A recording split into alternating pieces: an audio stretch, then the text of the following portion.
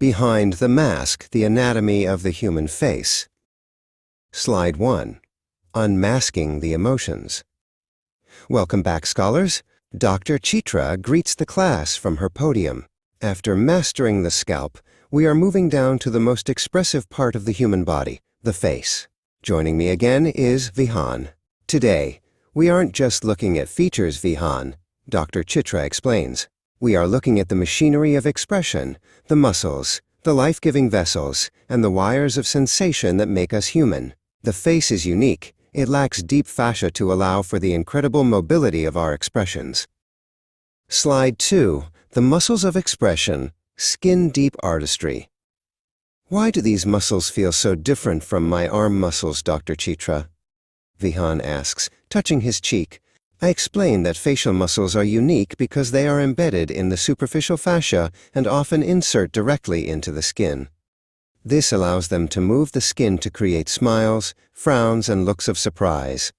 They are all derived from the second pharyngeal arch, which is why they share a common commander, the facial nerve.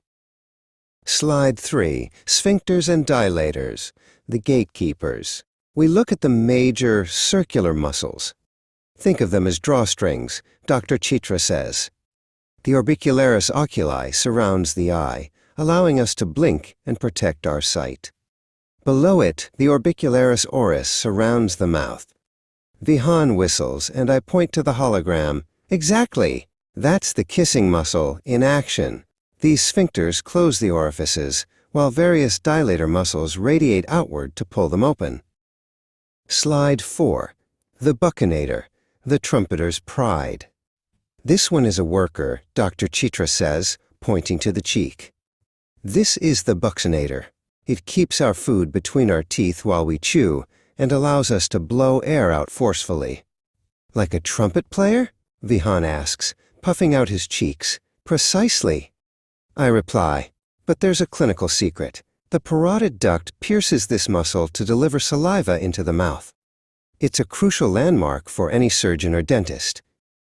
Slide 5. The facial artery, a tortuous path. Now for the plumbing. The primary blood supply comes from the facial artery, a branch of the external carotid. Why is it so wiggly?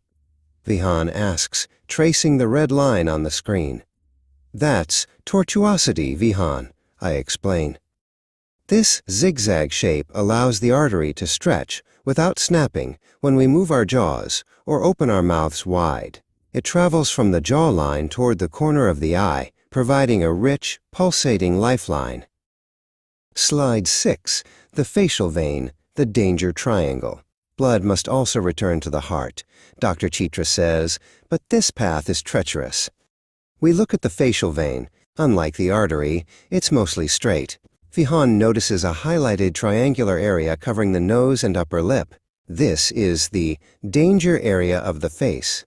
Because the veins here have no valves and connect to the cavernous sinus inside the brain, an infection here can travel upward, leading to life-threatening complications.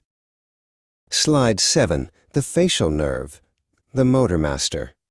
Now for the wiring, Dr. Chitra announces. The facial nerve, cranial nerve 7, is the motor master of the face.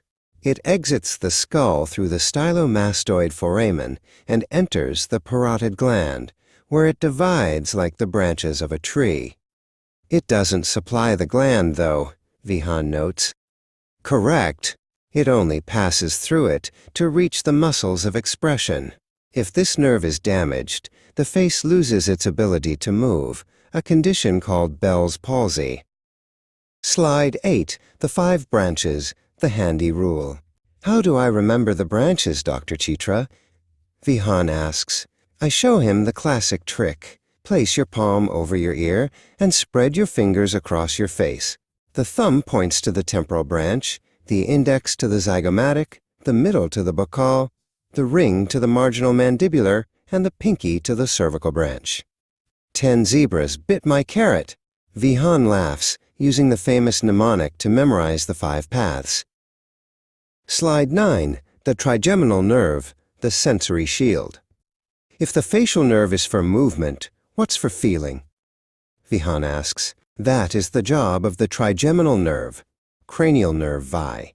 It splits into 3 territories, the ophthalmic, V1, for the forehead, the maxillary, V2, for the midface, and the mandibular, V3, for the lower jaw. Unlike the motor nerve, these branches provide the touch, temperature, and pain sensations that keep our face safe and responsive to the world. Slide 10, the clinical canvas, session complete.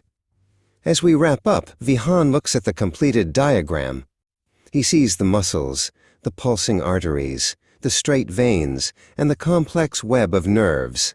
The face is like a canvas where anatomy meets emotion, he says. Dr. Chitra smiles. Exactly, Vihan. Understanding these layers is the key to surgery, anesthesia, and treating trauma. You've looked behind the mask and seen the truth of human expression.